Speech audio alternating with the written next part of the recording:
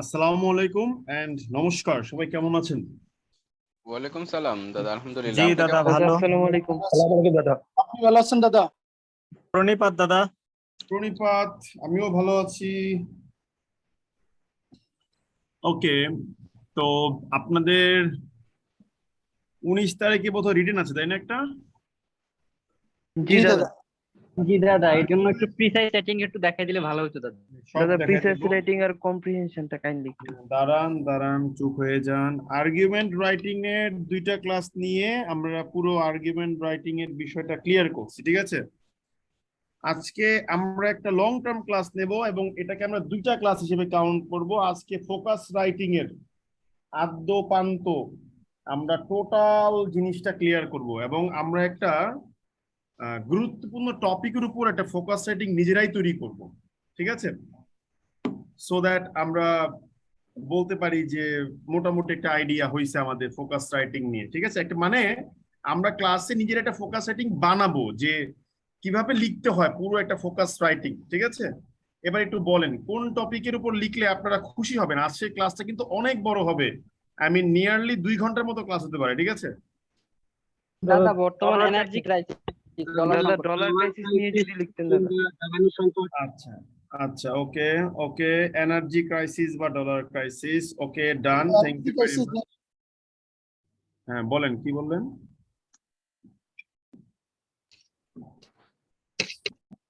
কি বললেন বুঝি নাই। দাদা এনার্জি ক্রাইসিস নিয়ে লেখেন। ডলার ক্রাইসিসটা 19-এর ক্যাশে চলে আসছিল, ওইটা ইম্পর্টেন্ট না। আচ্ছা, ডলার ক্রাইসিসটা 19-এর ইয়েতে চলে আসছে, তাই তো? জি দাদা। ওকে, তাহলে আমরা এনার্জি ক্রাইসিসটাই নিয়ে লিখি। আর দাদা আমাদের একটা সাজেশন দিয়েন দাদা। কি সলিউশন? সাজেশন দাদা, সাজেশন কোন কোন টপিক গুলো পড়তে পারি বা কিভাবে কি করতে পারি। আচ্ছা, ওটা যতটুকু বলা যাবে দেখবো। এবার দেখেন, মন দিয়ে পড়া যাক, আমরা দেখি পারি কিনা। তো আজকের ক্লাসটা কিন্তু 2টা ক্লাস হিসেবে কাউন্ট হবে, ঠিক আছে? মানে এটা অনেক লেন্দি ক্লাস। আমি ব্যক্তিগতভাবে 1 ঘন্টার বেশি ক্লাস নেওয়াটা একেবারেই অপছন্দ করি, যেটা সত্যি কথা। ওকে, বা 40-45 মিনিট, কারণ অনলাইন ক্লাসে এর চাইতে বেশি আসলে কনসেন্ট্রেশন ধরে রাখা যায় না, ঠিক আছে? দাদা একটা বাক্য বোঝাই নিতে চাচ্ছিলাম। না, এখন না, অপ্রয়োজনীয় টপিকে যাবো না ভাই। আজকে আমি একটা টপিক নিয়ে বসছি, এখন ওই টপিক নিয়ে আমরা বকবক করবো, অন্য কোনো টপিকে আমরা যাবো না, ঠিক আছে?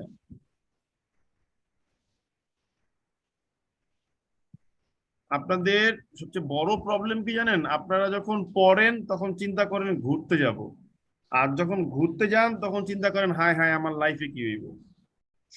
যখন যেটা তখন সেটার মধ্যে থাকতে হবে, এর বাইরে কখনো যাওয়া যাবে না। এর বাইরে গেলেন তো লুজার হইবেন লাইফে।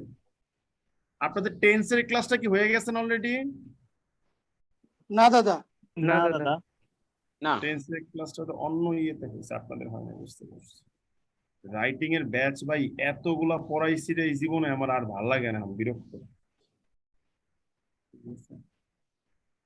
তা আসেন আমরা শুরু করি। আমি একটু স্ক্রিনটা শেয়ার করি, মন দিয়ে দেখেন। যদি নেটওয়ার্ক ডিস্টার্ব করে দয়া করে কেউ যাবেন না, সুন্দর করে পড়বেন, ঠিক আছে? স্ক্রিন দেখতে পাচ্ছেন? জি জি দাদা। জি দাদা। জি দাদা। আমাদের আজকে টার্গেট কি? ধরেন আমাকে পরীক্ষা হলে একটা প্রশ্ন দিল যে রাইট এন আর্টিকেল, ঠিক আছে? ঠিক আছে, ফোকাস রাইটিং দিল মনে করেন। সেটা কি ফোকাস রাইটিং? কি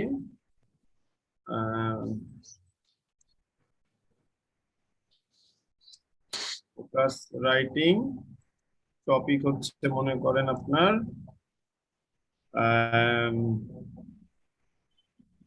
রিসেন্ট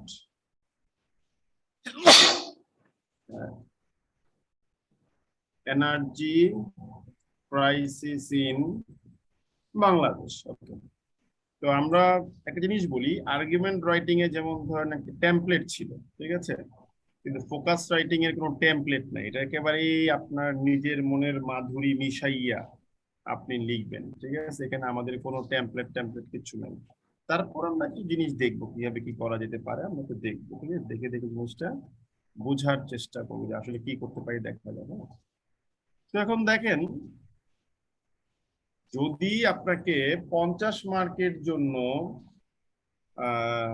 বিসিএস এ বলা হয় যে একটা রচনা লিখো যেটা 1000 ওয়ার্ড, সেই হিসেবে আমরা বলতে পারি যে 25 মার্কের জন্য 500 ওয়ার্ডের একটা আর্টিকেল ফার এনাফ।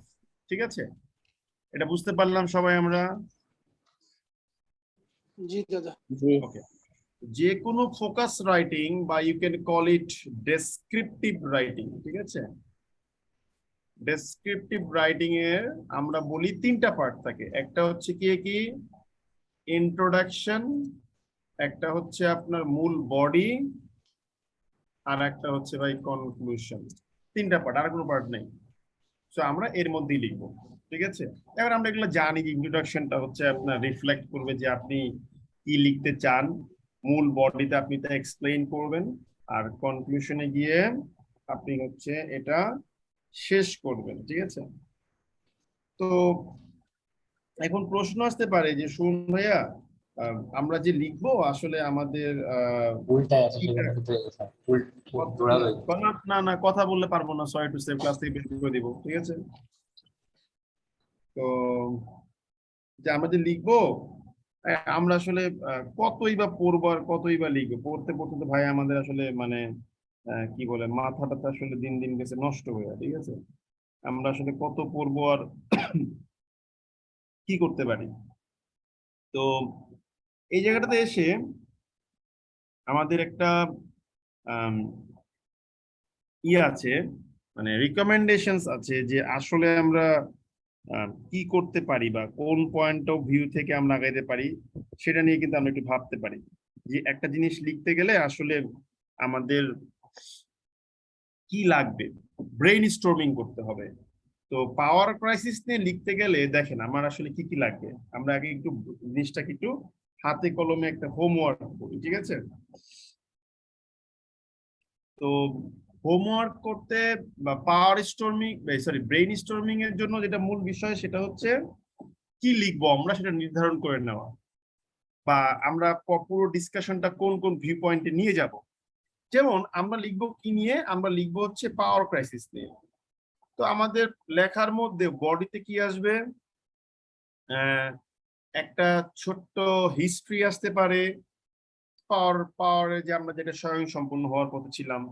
তারপরে কি আসতে পারে, বর্তমান সমস্যার রিজনটা আসতে পারে, আর কি আসতে পারে, আর একটা আসতে পারে হচ্ছে আপনার ওয়ে আউট, মানে কিছু সমাধান আমাদের প্রয়োজন হতে পারে, কি সমাধান আমরা বের করতে পারি, এটা ঠিক আছে। আর ইন্ট্রোডাকশনে আমরা কি লিখবো, রিসেন্ট কন্ডিশনটা আমরা লিখবো, আর কনক্লুশনে গিয়ে আমরা একটা এক্সপেকটেশন দিয়ে আমরা শেষ করব। এই হচ্ছে মোটামুটি আমাদের লেখার বলতে পারেন কি সামারি। ব্যাপারটা বুঝতে পারলাম সবাই আমরা? হ্যাঁ জি দাদা। জি দাদা। আচ্ছা, তো এখন দেখেন, জি দাদা। এখন দেখেন আমরা যদি বলি যে এই হচ্ছে মোটামুটি আমাদের মানে অবস্থান, তাহলে আমরা আসলে কি বলতে পারি এই জায়গাটাতে এসে, ঠিক আছে। প্রথমে আমরা যদি রিজনের দিকে যাই, আমাদের কাছে কিন্তু পর্যাপ্ত রিজন আছে। কারণ কি, রিজনের মধ্যে আমরা রিজনটা পাচ্ছি সেটা হচ্ছে আপনার ডেফিসিট ইন ফুয়েল সাপ্লাই, ঠিক আছে, ডেফিসিট ইন ফুয়েল সাপ্লাই। এবং এটা কেন হচ্ছে, এটা হচ্ছে মূলত হচ্ছে আমাদের ডেফিসিট ইন ফরেন রিজার্ভ, মূল কারণ, ঠিক আছে।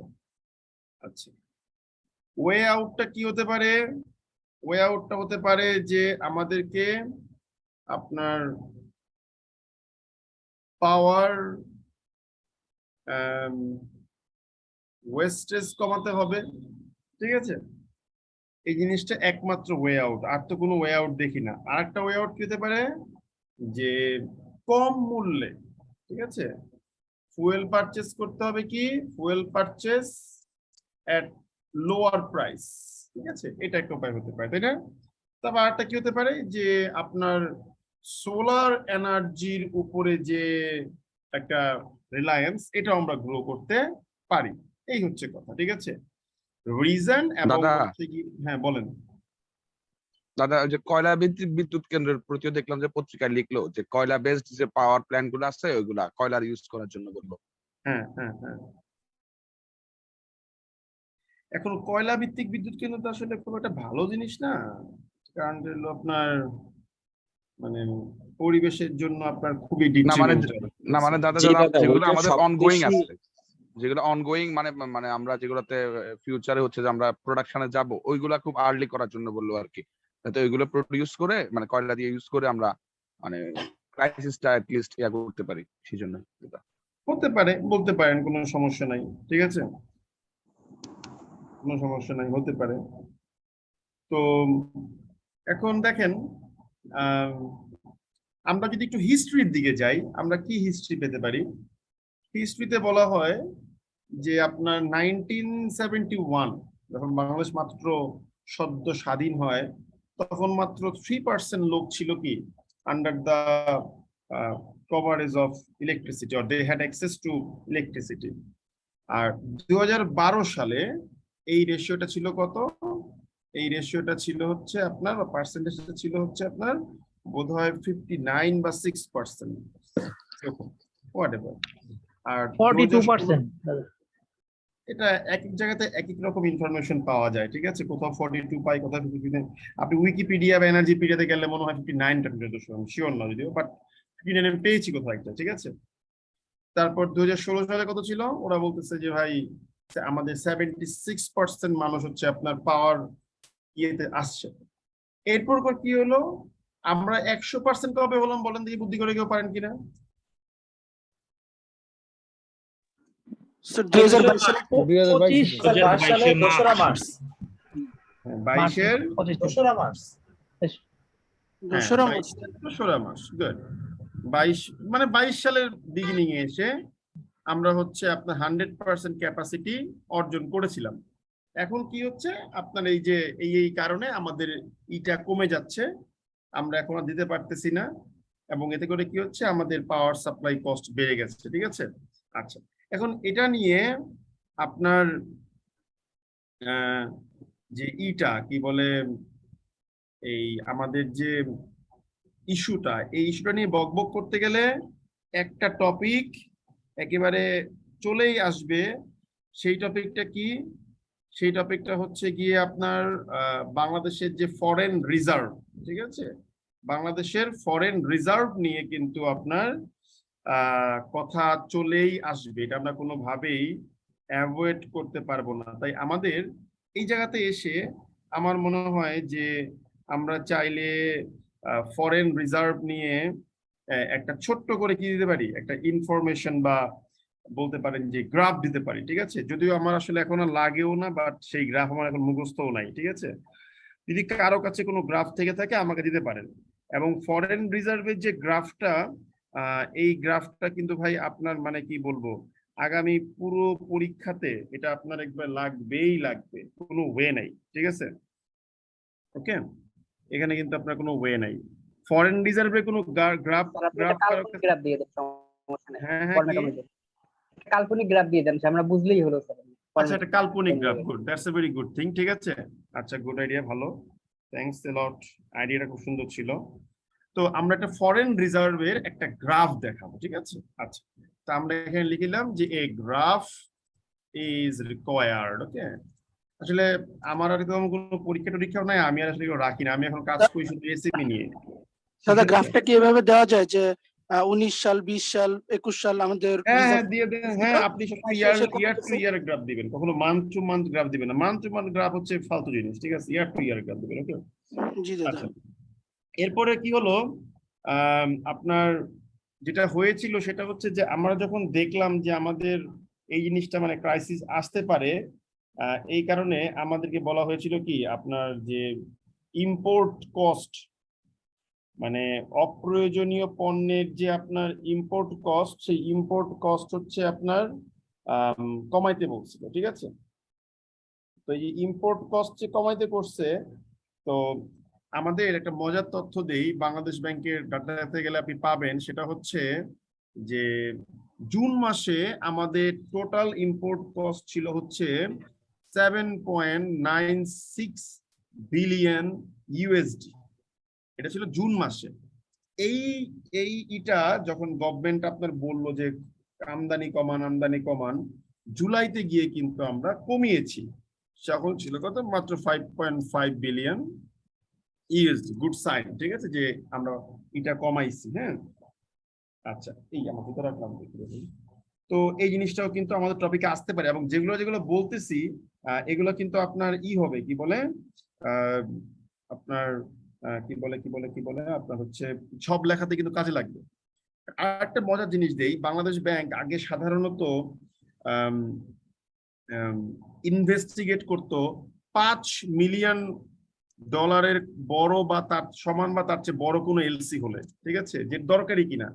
এরপর এটা এখন কত, এটা এখন কমায় করা হয়েছে 3 মিলিয়ন ডলার, এটা বা তার চেয়ে বড় হলে এখন এটা কি করা হয়, বাংলাদেশ ব্যাংক কর্তৃক করা হয়, আপনার কি বলে, মানে ইনভেস্টিগেট করা হয়, সো দ্যাট অপ্রয়োজনীয় দ্রব্যে আমদানির করা হয়, মানে কমানো যেতে পারে, এবং এতে করে কি হয়, আপনার ইম্পোর্টটাকে স্কুইজ করা যায়। সুন্দর একটা ওয়ার্ড পেয়েছি, ঠিক আছে, স্কুইজ করা। ওকে, স্কুইজ করা যেতে পারে ইম্পোর্টকে স্কুইজ করার জন্য। আচ্ছা, গেল। এরপর দেখেন এখন আমাদের বর্তমানে জুলাই মাসের 28 তারিখে গিয়ে, ঠিক আছে, জুলাই মাসে গিয়ে আমাদের যে ফরেক্স রিজার্ভ ছিল এন্ডিং এ, সেটা ছিল 39.48 বিলিয়ন ইউএসডি, ঠিক আছে, এটা মাথায় রাখবেন দয়া করে, এটা ছিল। হ্যাঁ, আচ্ছা, গেল। তারপর হচ্ছে গিয়ে কি, তারপর হচ্ছে, হ্যাঁ বলেন, শুনছি ভাই। এই যে স্কুইজ কি হ্রাস করা, মানে কমিয়ে দেওয়া, মানে কমিয়ে এতটুকু করা, ঠিক আছে। Thank you. আচ্ছা, গেল। এবার দেখেন কি বলতেছে, তারপরে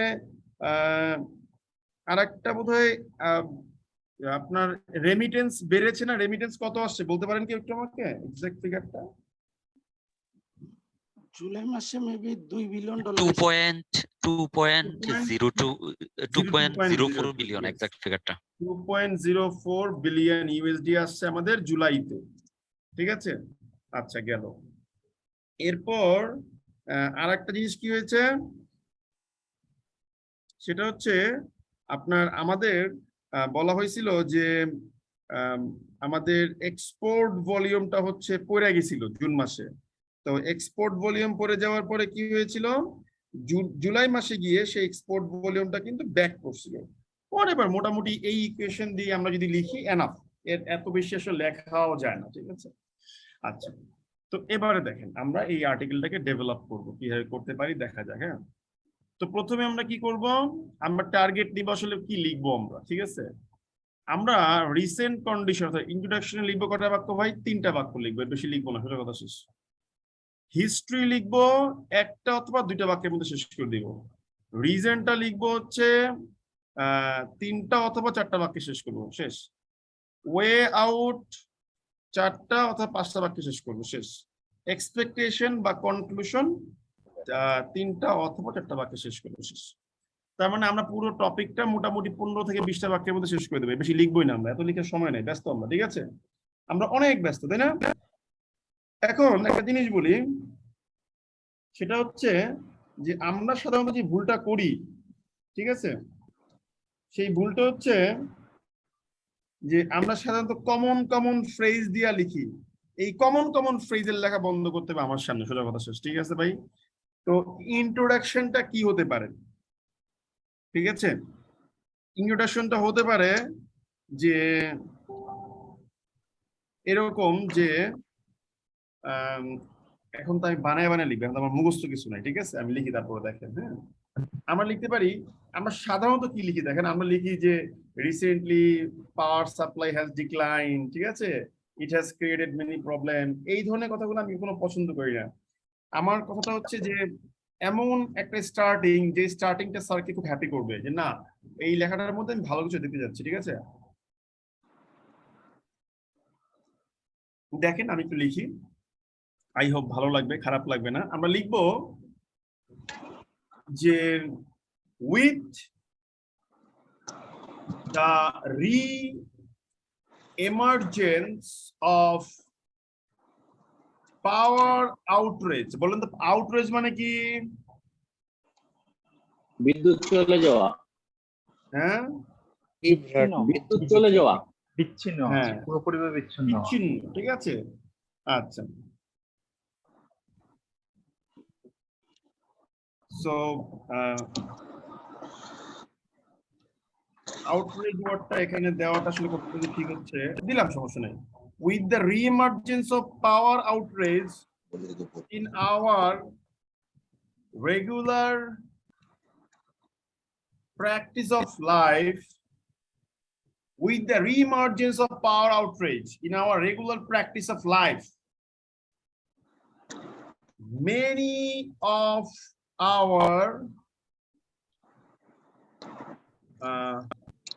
flourishments, many of our progresses legi, many of our progresses have been shadowed. Audio of রাখবেন, অডিও অন রাখাটা খুবই প্যাথেটিক, ঠিক আছে? ওকে, অডিও অফ রাখাটা খুবই প্যাথেটিক, ঠিক আছে? তো কি বললাম যে with the re-emergence of power outage, ঠিক আছে, কি হয়েছে? Many of our progresses have been shadowed, ঠিক আছে? ও আচ্ছা, এই বলতে ভুল করছি, আমি সরি কথা বলতে ভুল করে ফেলছি, কিন্তু আউটেজ হবে, sorry. So with the re-emergence of power outage in our regular practice of life, many of our progresses have been shadowed, ঠিক আছে? And straightening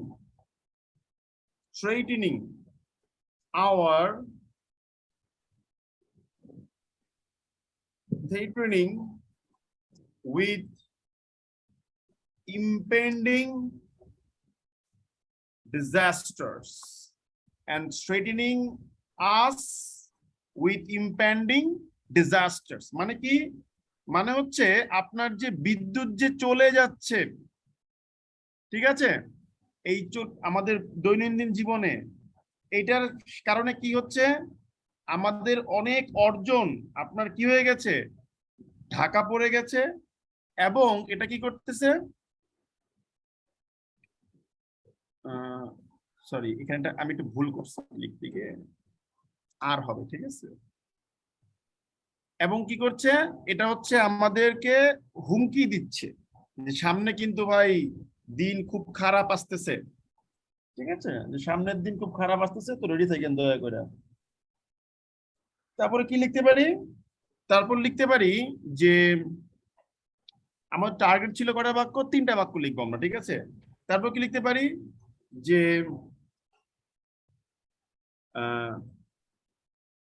dwindling foreign reserve, comma,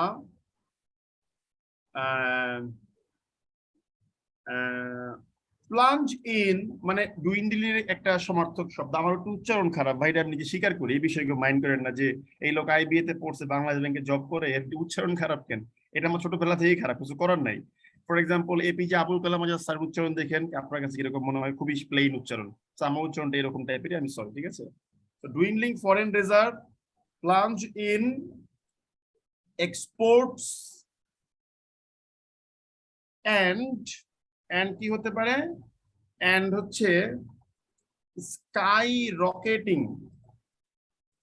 skyrocketing import bill, ঠিক আছে, have contributed কি contribute করেছে? to worsen the situation, এবার আমরা কমা দিয়ে লিখবো, gravity of which is estimated by experts suggesting কি সাজেস্ট করছে?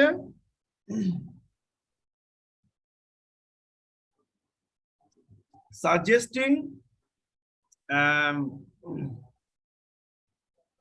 more economic behavior toward national expenditures. দেখেন তো ভাই বাক্যটা কেমন হইছে? হ্যাঁ, হ্যালো, হ্যাঁ দাদা। কেমন বাক্য জ্যোৎস্না বাক্য দুইটা হ্যাঁ, Word choice গুলো দেখেন। এবং স্যার কিন্তু দেখা মাত্র কি বুঝে না মামায় তো সেই লেখছে ওরে মার্ক দিতে হইব, ঠিক আছে? ঠিক আছে, এটা হলো মজার বিষয়। আমি কিন্তু দেখেন আমি যতগুলো রিটেন টিকছি, আমি রিটেনের টিকার উপায় আমার একটাই, সেটা হচ্ছে কি খুব ট্যাক্টফুললি আমি এমন ভাবে রাইটার ডেভেলপ করবো যে স্যার দেখা মাত্রই খুশি যে না আমারে খুশি করে দিয়েছে লেখা, আর কিছুই করার নাই। দুইটা বাক্য লিখছি 56 ওয়ার্ড, ঠিক আছে? সো এই ধরনের কি লিখছে, আরেকটু সহজ ওয়ার্ড কি লেখা যায় না? অবশ্যই লেখা যায়। আমি কি না করছি? আপনি লিখবেন, আমার তো না নাই ভাই। আপনি যখন রাইটিং মেন্টরের কাছে পড়বেন উনি আপনাকে ডেফিনেটলি অ্যাডভান্স করে দেওয়ার চেষ্টা করবে। সো আপনি সহজটা আপনি পারেন, ওটা আমি আপনাকে কোনো সাজেশন করবো না, ওটা আপনি পারেন, ওটা নিয়ে আমার কোনো সে নাই, ঠিক আছে? কিন্তু এই ওয়ার্ড গুলো যখন একজন স্যার দেখবে না এক্সাম হলে, না ওকেই আমাকে মার্ক দিতে হবে, ঠিক আছে? এবার আমরা কি লিখবো? লিঙ্কার দিব একটা, লিঙ্কার দিয়ে কি লিখবো? কনজিকিউটিভলি, ফলাফলস্বরূপ কি হচ্ছে? সরি, কনজিকুয়েন্টলি হবে তো, মাথা মতো আমারই গেছে। কনজিকুয়েন্টলি ফলাফলস্বরূপ কি হচ্ছে? concerned authorities have suggested supplying deficient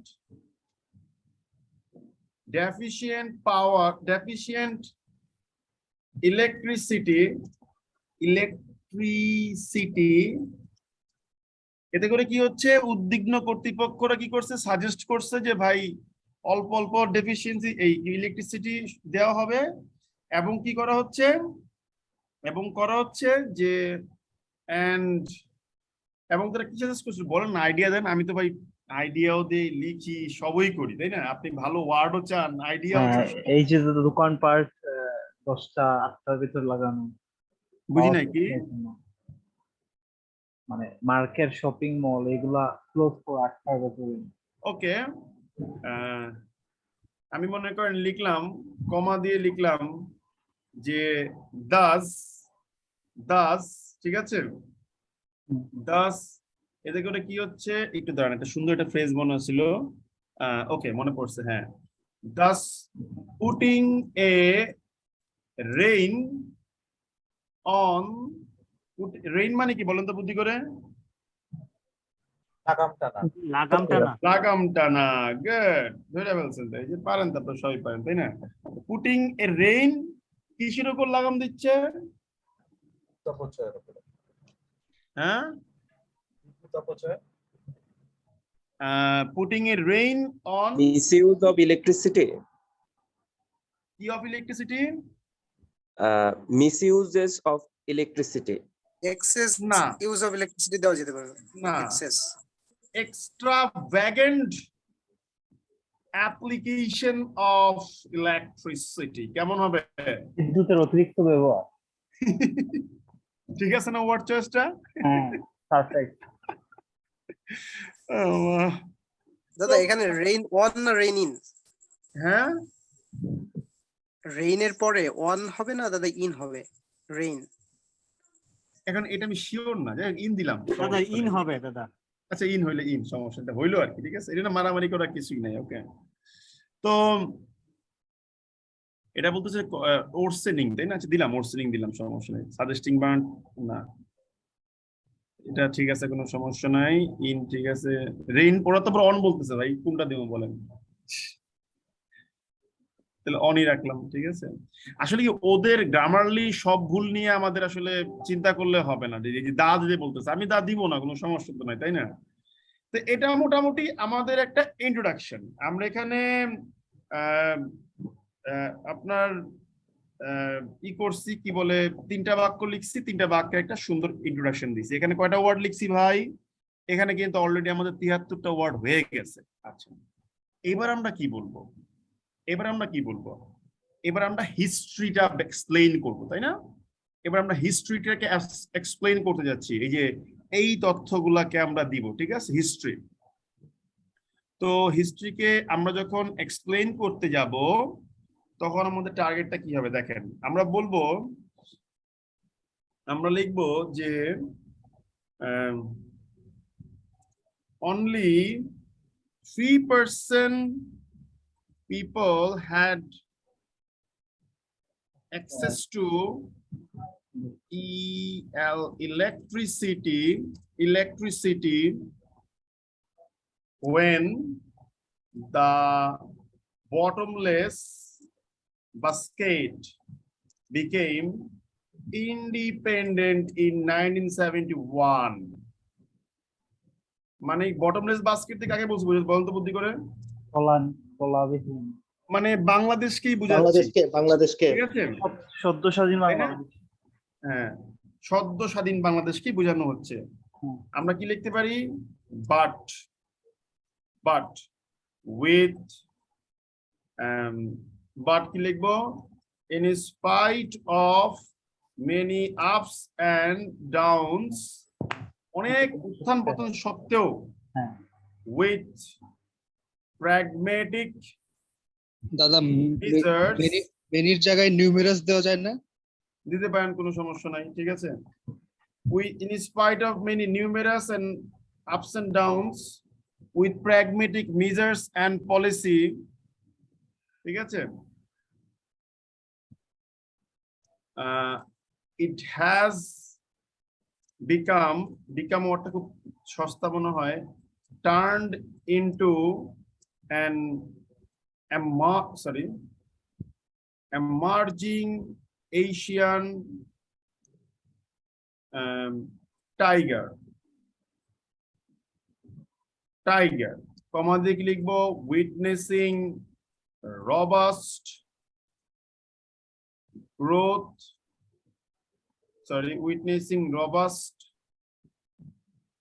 witnessing GDPs.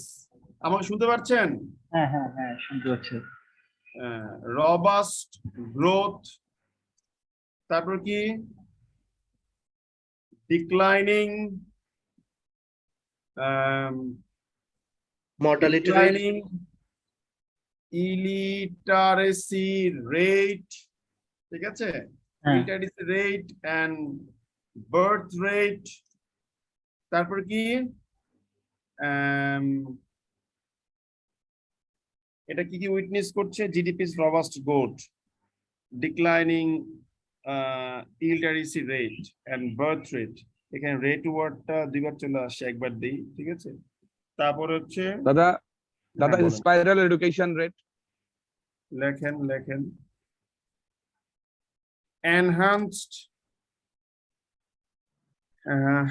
enhanced access to information and medical service.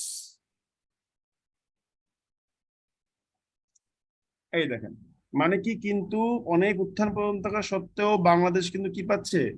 এই জিনিসগুলো এখন অবজার্ভ করতেছে। তারপর কি লিখবো?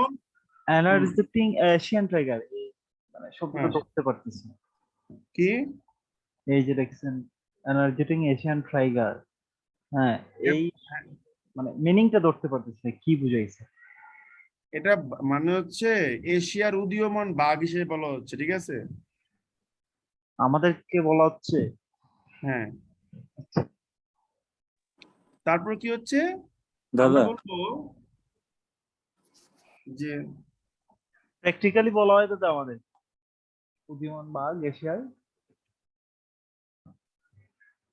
আমরা বলবো as a result as a result, about 60%, which is about 60%, about 60% of its people had access to electricity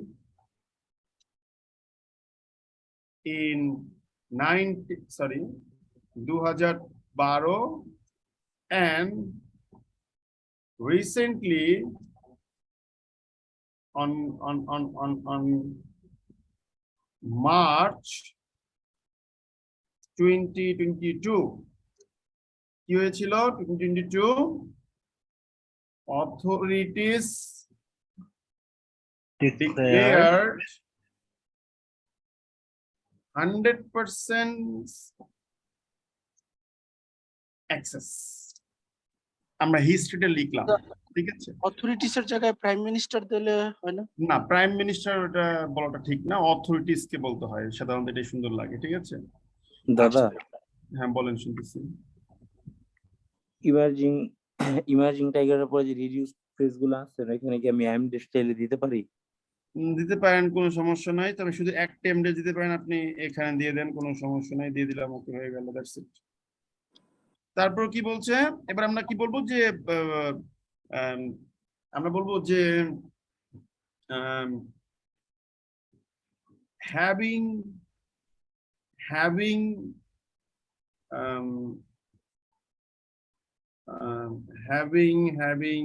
কি হ্যাভিং করছে, করোনা ভাইরাসের যে এফেক্টটা, ঠিক আছে? having been severely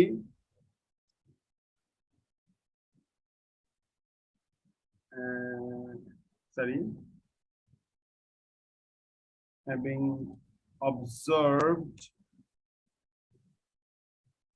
দাদা এটা উইটনেসড দেয়া যায় না? উইটনেস দিছি একবার, having been, সরি দাঁড়ান, লিখার সময় বারবার কথা বললেন না ভাই, যখন জিজ্ঞেস করবো তখন বলবেন, এখন তো আমি লিখতেছি, লিখতে দেন আমাকে, তাই না? আমি তো ভাই মুখস্থ করে আসি নাই। আপনি একটু বাজারে অন্যান্য ছাত্রের কাছে যান, দেখেন কেউ আপনাকে এভাবে একদম ডিরেক্টলি বসায় একটা ফোকাস তৈরি করে দেখাবেন আপনাকে, ঠিক আছে? আপনি যান, দেখেন কেউ দেখায় কিনা, একটু আমাকে সময় দিতে হবে, তাই না? কারণ আমি নিয়ারলি 150 স্টুডেন্টের সামনে একটা ফোকাস নিজে লিখতেছি, এটা কতটা টেনশনের কাজ, এটা আপনি এখানে বসে লিখলে বুঝবেন, মাথা ঘুরে যাবে আপনার, ঠিক আছে?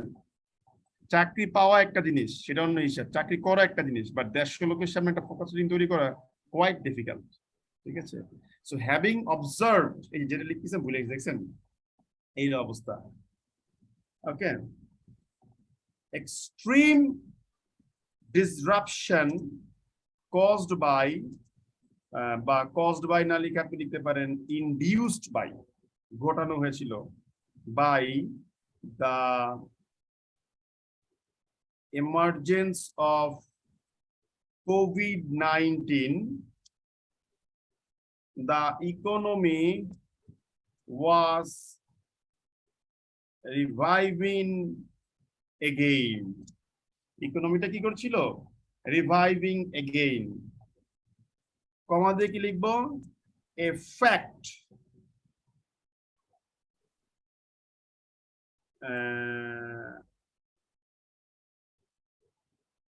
reflected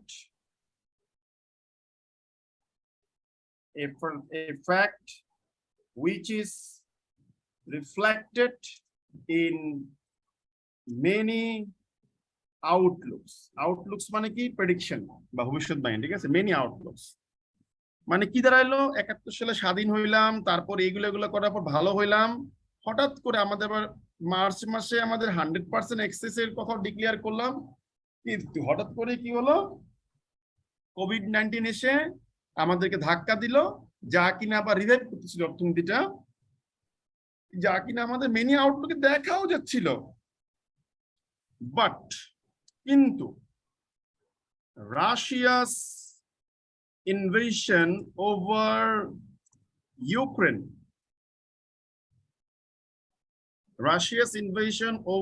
Ukraine has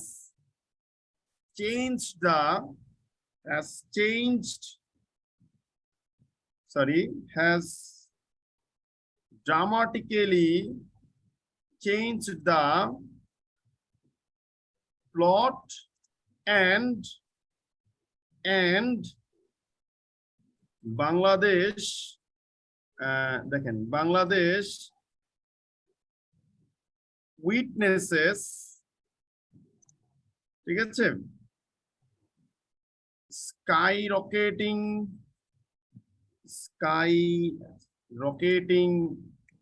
inflation and plummet মানে কমে যাওয়া, হ্যাঁ, FORIGN foreign, FOREIGN foreign reserve, আমরা লিখবো as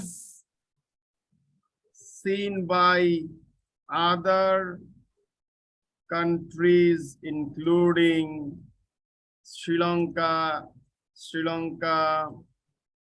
Pakistan and India. To some extent ইন্ডিয়াও কিন্তু আপনার খুব সমস্যা ফেস করতেছে, এটা আপনারা সবাই জানেন, ঠিক আছে। আচ্ছা, গেল যে বাংলাদেশও ওদের মতন করে আপনার কি করতেছে, আপনার কি বলে যে এই প্রবলেমগুলোর মুখোমুখি পড়ে গেছে। এটা আমরা কিন্তু মোটামুটি একটা হিস্ট্রি অ্যানালাইসিস করে বলে দিলাম। হিস্ট্রিতে আমরা 4-5টা সেন্টেন্স লিখছি, আমাদের অলরেডি লেখাতে 200 ওয়ার্ড কিন্তু চলে এসেছে। আচ্ছা, এবার আমরা কি লিখবো, এই যে দেখেন, এই যে ফরেন রিজার্ভে গিয়ে যে আপনার কমে যাওয়াটা, হ্যাঁ, এই যে এই জায়গাতে এসে আমরা লিখবো যে shown in following figure 01, মানে নিচে দেওয়া ফিগারটাকে ই করা হয়েছে। এই জিনিসটাকে আপনি চাইলে কি করতে পারেন, এক্সাম হলে আন্ডারলাইন করতে পারেন, এবং এটাকে চাইলে আপনি যখন নর্মাল ক্রম দিয়ে লিখতেছেন তখন আপনি এটাকে জাস্ট কি করতে পারেন, কি বলে হাইলাইট করে দেওয়া, এই জেল পেন দিয়ে লিখতে পারেন, ঠিক আছে।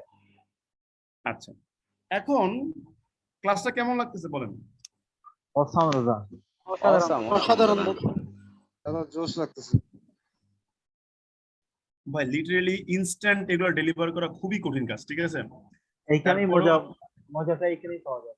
হ্যাঁ, ইনস্ট্যান্ট লেকচার বিষয়টা ইনস্ট্যান্ট, হ্যাঁ, কারণ এটাই আপনি অনেকে মজা মনে করে মুখস্থ করে আসি, আপনারা অনেকে মনে করেন, আমি জানি, কিন্তু আমি মুখস্থ করে কখনোই আসি না ভাই, আমার অভ্যাসই নেই এটা। এবার দেখেন, আমি একটা গ্রাফ এখানে পুট করব, এবং তার চেয়েও প্যাথেটিক বিষয় কি জানেন? প্যাথেটিক বিষয় হচ্ছে যে এইভাবে ক্লাস নিতে গেলে না হয় কি জানেন, আপনার ওই মাইক্রোসফট ওয়ার্ডেও একটা ভালো দক্ষতা রাখতে হয়, এটা ছাড়াও পারবেন না আপনি নিতে, এটার একটা প্যারা, ঠিক আছে। তো এখন দেখেন, এখানে আমরা আসি, একটু দেখি পারে কিনা। আমরা এখান থেকে ক্যাটাগরি 1 কে মুছে দেব, এটাকেও মুছে দেব, এটাকেও মুছে দেব, ঠিক আছে। একটু দাঁড়ান, জাস্ট এ সেকেন্ড, ঠিক আছে। ক্যাটাগরি 3 কেও মুছে দেব, ক্যাটাগরি 4 কেও মুছে দেব, এটাকেও মুছে দেব, এটাকেও মুছে দেব, এটাকেও মুছে দেব, তারপর হচ্ছে এটাকেও মুছে দেব, এটাকেও মুছে দেব, এটাকেও মুছে দেব, ঠিক আছে। ও সরি, আমাদের একটু ভুল হয়ে গেছে, sorry to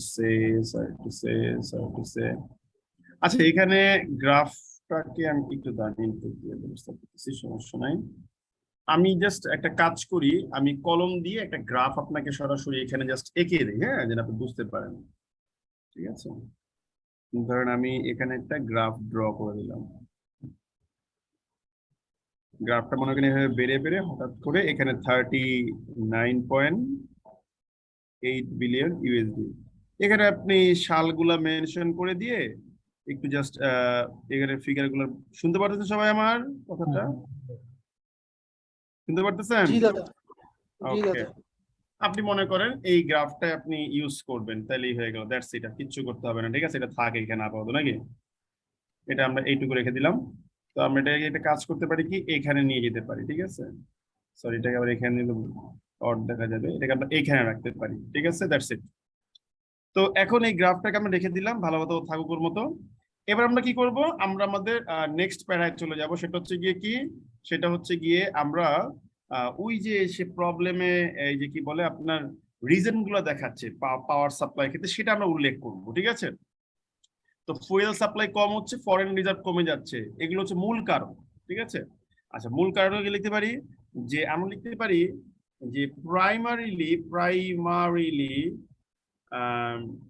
reasons for deficit power supply এই আপনারা বলেন কি can be for this reason, এরকম লিখবেন না, ঠিক আছে? আপনারা লিখবেন can be attributed, can be attributed what? Can be attributed to two reasons, ঠিক আছে? Two factors. কি factors? AM dash দিয়ে লিখবো including fall in foreign reserves and কি ছিল? and ছিল হচ্ছে আপনার deficit fuel supply, deficit in fuel supply, আমাদের ফুয়েল সাপ্লাইটা কি হয়েছে ভাই? কমে গেছে, এটা আর একটা কারণ, ঠিক আছে? আচ্ছা গেল। তো এবারে আমরা লিখবো যে এইবার এই রিজন গুলাকে আমরা অডিও অফ রাখবেন, অডিওটা অফ রাখবেন, দয়া করে অডিও অফ রাখবেন, আমার রিকোয়েস্ট ভাই, হাতে পায়ে ধরে বলতেছি অডিও অফ রাখবেন, ঠিক আছে? তো প্রাইমারিলি কি রিজনস গুলো হতে পারে? দুইটা ফ্যাক্টর, একটা হচ্ছে এটা এবং এটা। এখন এই যে আমাদের যে ফরেন রিজার্ভ কমে গিয়েছে, এই ফরেন রিজার্ভ যে কমে গেল, এটাকে আমরা একটু এবার এক্সপ্লেইন করব, ঠিক আছে? কোনটা দিয়ে এক্সপ্লেইন করব? এই যে রেমিটেন্স যে আসতেছে এটা কমে গেছে, তারপরে হচ্ছে আপনার এই বিষয়টাকে আমরা একটু উল্লেখ করব, হ্যাঁ? যে টু বিগিন উইথ, প্রথমত to begin with our reserves fundamentally relies on remittance, ঠিক আছে? which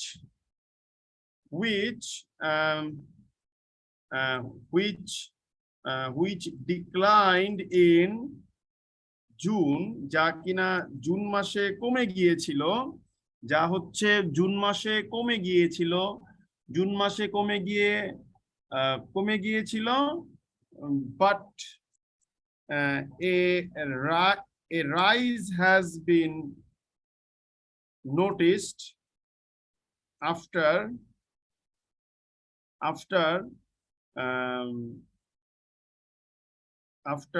account of July was published.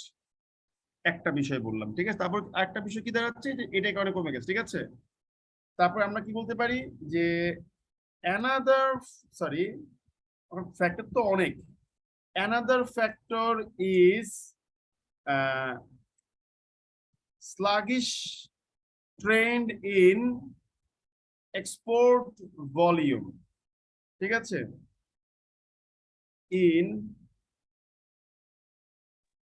in aforementioned months, ওই জুন জুলাই যে আপনার কমে গেছে, এটাও একটা ফ্যাক্টর হিসেবে কাজ করতেছে, ঠিক আছে? আচ্ছা, তারপর কি লিখবো? as a result, আমরা লিখবো যে consequently ফলশ্রুতিতে authorities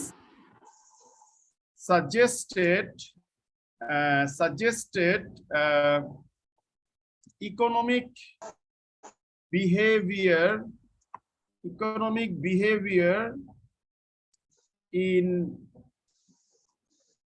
in terms of our regular import, এখানে লিখবো যে a fact that declined our, আমাদের কি কমিয়েছে? এটা হচ্ছে আমাদের ইম্পোর্ট ভলিউম কমিয়েছে, import volume on July. Bracket দিয়ে কি লিখবো? জুলাইতে আমাদের ইম্পোর্ট ভলিউম ছিল কত? 5.5 billion USD, 5.5 billion USD. that a fact that declined our import volume on July এত, ঠিক আছে? from কি থেকে? এটা কি থেকে ঘটলো? এটা ঘটলো হচ্ছে আপনার from জুন দিয়ে আপনি ওই ফিগারটা বলেন 7.96 বিলিয়ন ইউএসডি, ঠিক আছে? 7.96 96 বিলিয়ন ইউএসডি। যে আরেকটা বিষয় কি ছিল যে আপনার ইয়েতে একটা একটা ধীর গতি দেখা যাচ্ছিল এক্সপোর্ট ভলিউমে বিগত মাস সমূহে। ফলাফলস্বরূপ এক্সপার্টরা সাজেস্ট করছিল যে ইকোনমিক বিহেভিয়ার দেখাইতে হবে, তাই আমরা দেখাইছি এবং এতে করে অলরেডি দেখা গিয়েছে যে এই হচ্ছে। ঠিক আছে, আচ্ছা এখন প্রশ্ন হচ্ছে আমরা বুঝলাম যে আসলে কেন হচ্ছে এই জিনিসটা। এই কেন হওয়ার পরে এতে করে কি হচ্ছে, ওয়ে এটা ভুল করছি, ফলাফলটা কি হতে পারে, এটা রেজাল্টটা আমাদের কাছে আসলে কি আসতে পারে, এটাও কিন্তু আমাদের উল্লেখ করে দেওয়াটা উচিত যে ভাই এই যে জিনিসটা করা হইতেছে এটা কিন্তু একটা নেগেটিভ রেজাল্ট আমাদের কাছে যে কোনো মুহূর্তেই আসতে পারে। ঠিক আছে, সো আমরা এখন ওই জিনিসটার কি মানে দেখানোর চেষ্টা করব। ঠিক আছে, যে কি কি হতে পারে। দাদা বাম পাশের ওই যে অন্য ওয়ার্ড গুলো স্মল লেটার করতে হবে। হ্যাঁ আমি ঠিক করে দিচ্ছি, দাঁড়ান একটু দাঁড়ান, ঠিক করে দিচ্ছি। এটা আসলে ইয়েতে ড্র করলে সমস্যাটা হইতো না। নেন আপনাদেরকে আমি একেবারে একটা টপিক বানা একদম গুছিয়ে গেছে লিখে দিলাম। দেখছেন কত সুন্দর করে জিনিস তৈরি হচ্ছে, একটু একটু করে দেখেন। এবার এটা লিখার পরে আমরা কি বলবো, এতে করে কি হতে পারে। ঠিক আছে, এবার আমরা যেটা করবো সেটা হচ্ছে outage in power supply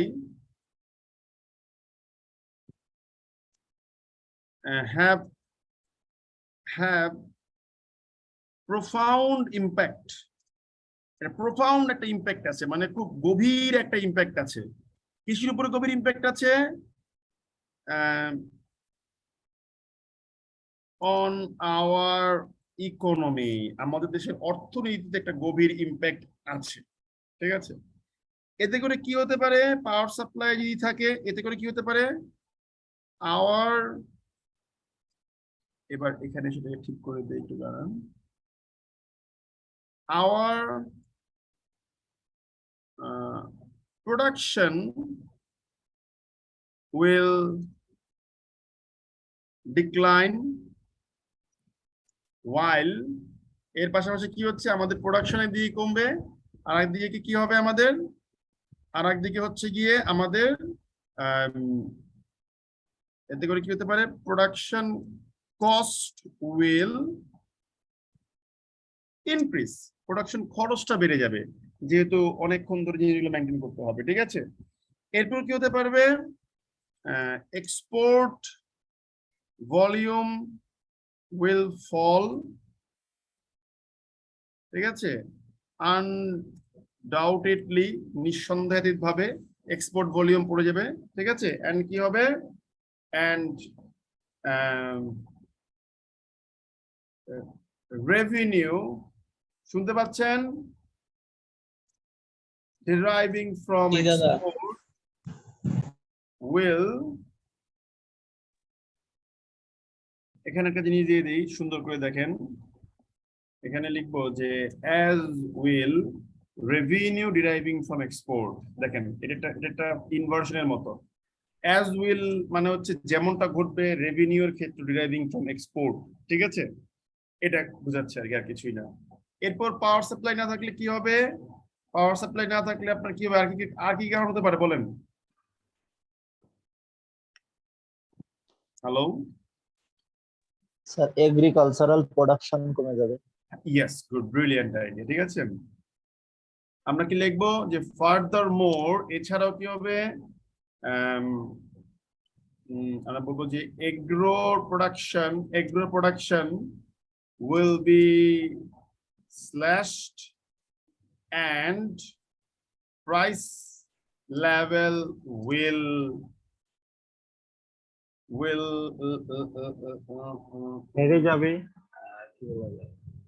accelerate.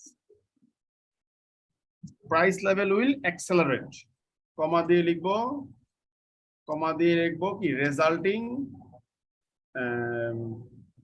High inflation, যার ফলশ্রুতিতে কি হতে পারে, ইনফ্লেশন হতে পারে, মুদ্রাস্ফীতি হতে পারে। ঠিক আছে,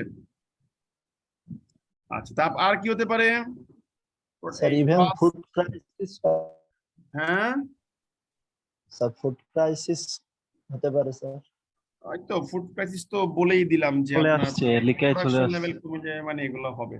তো এইভাবে আপনি অনেকগুলো কারণ এখানে মানে এক্সপ্লেইন করবেন, ঠিক আছে? আমি আর ওদিকে যাচ্ছি না, হ্যাঁ? এটা মাথায় রাখেন, তাহলে হবে, ঠিক আছে? তো এটাকে আমি একটা করে দিই, এটাকে ট্যাব দিয়ে দিই, সরি ট্যাব দিয়ে দিই, এটাকে আমি একটা ট্যাব দিয়ে দিচ্ছি।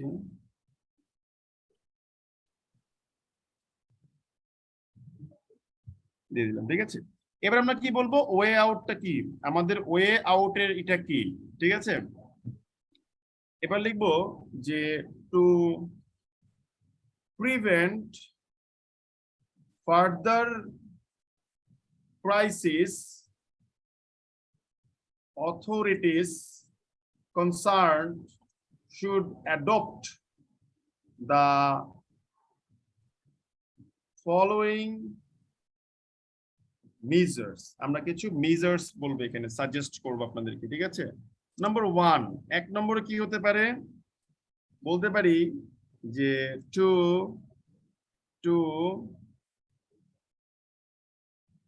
to prevent unnecessary import, Bangladesh Bank should investigate regularly. At present, বর্তমানে it investigate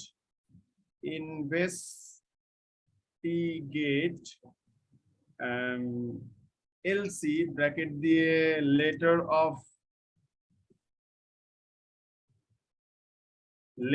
of credit above 3 million USD, 3 মিলিয়নের বেশি হলে এখন চেক করা হয়, ঠিক আছে? The range can be lowered if required. আর দরকার আরো কমান, আগে ছিল 5 মিলিয়ন, এখন 3 মিলিয়ন করেন, সামনে না 2 মিলিয়ন, এখন মনে হয় 2 মিলিয়ন করে না, 5 মিলিয়ন করে, ঠিক আছে? তারপরে কি যে the range can be lowered if কি দরকার হয়, if more squeeze is required. যদি আরো কমানোর দরকার হয় তাহলে আপনি আরো কমাবেন, কোনো সমস্যা নাই, ঠিক আছে? 2 নম্বরে আমরা কি বলতে পারি সাজেশনে, আমাদের 2 নম্বরে আমরা বলতে পারি যে আমাদেরকে অল্টারনেটিভ সোর্স বের করতে হবে, ঠিক আছে? কি লিখতে পারি যে seeking alternative and cheaper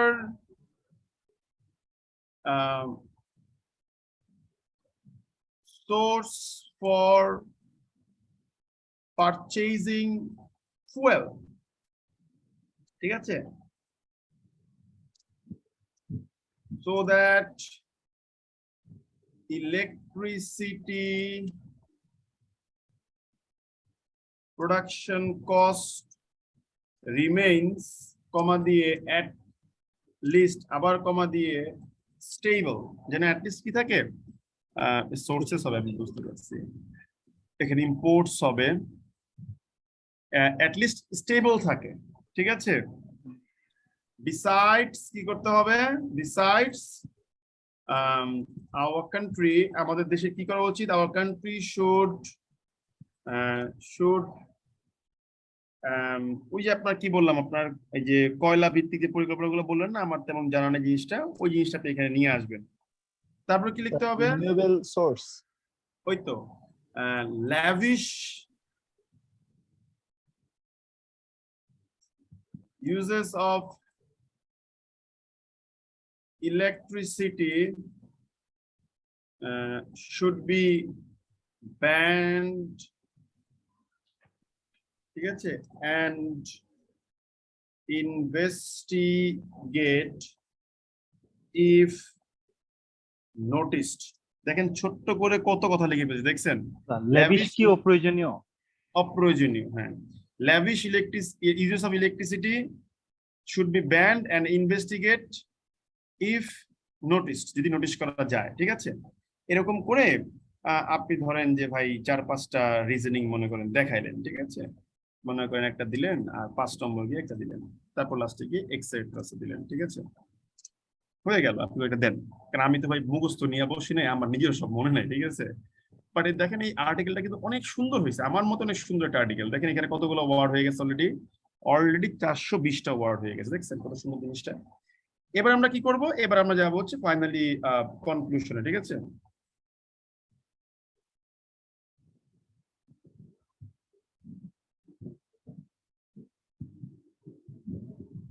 এরপরে আমরা কি করব? এরপরে হচ্ছে আমরা একটা ফাইনাল কনক্লুশনের দিকে যাব, কনক্লুশনের দিকে গিয়ে এটাকে আমরা ফিনিশ করব, ঠিক আছে? তো ফাইনাল কনক্লুশন আমরা কি বলতে পারি? আমরা বলতে পারি যে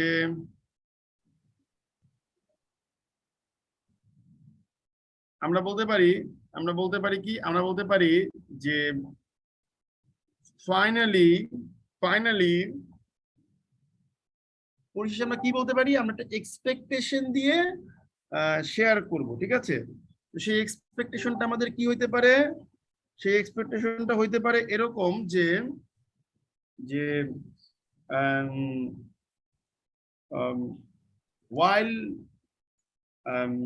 আমরা বলবো যে টু এনশিওর সাস্টেইনিং গ্রোথ, আমাদের এই যে সাস্টেইনিং গ্রোথ যে আপনার নিশ্চিত করা যে ব্যাপারটা আসছে, পরিশেষে এই বিষয়টা নিশ্চিত করার জন্য আমাদের কি করতে হবে? Many imbroglios will appear to hinder or বলতে পারেন impede our journey toward being a developed nation by 2041. অনেক মানে এই আমরা সেটা ভুল করছি, এখানে টু দেওয়া উচিত না, আমরা লিখবো যে finally while driving toward sustaining growth, many imbroglios will appear to hinder or impede our journey toward being a developed nation by 2021. ঠিক আছে?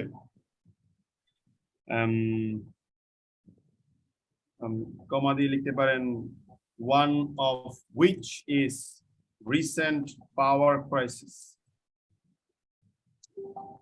ঠিক আছে? তারপর কি লিখতে পারি? যে but our concerted efforts and steadfast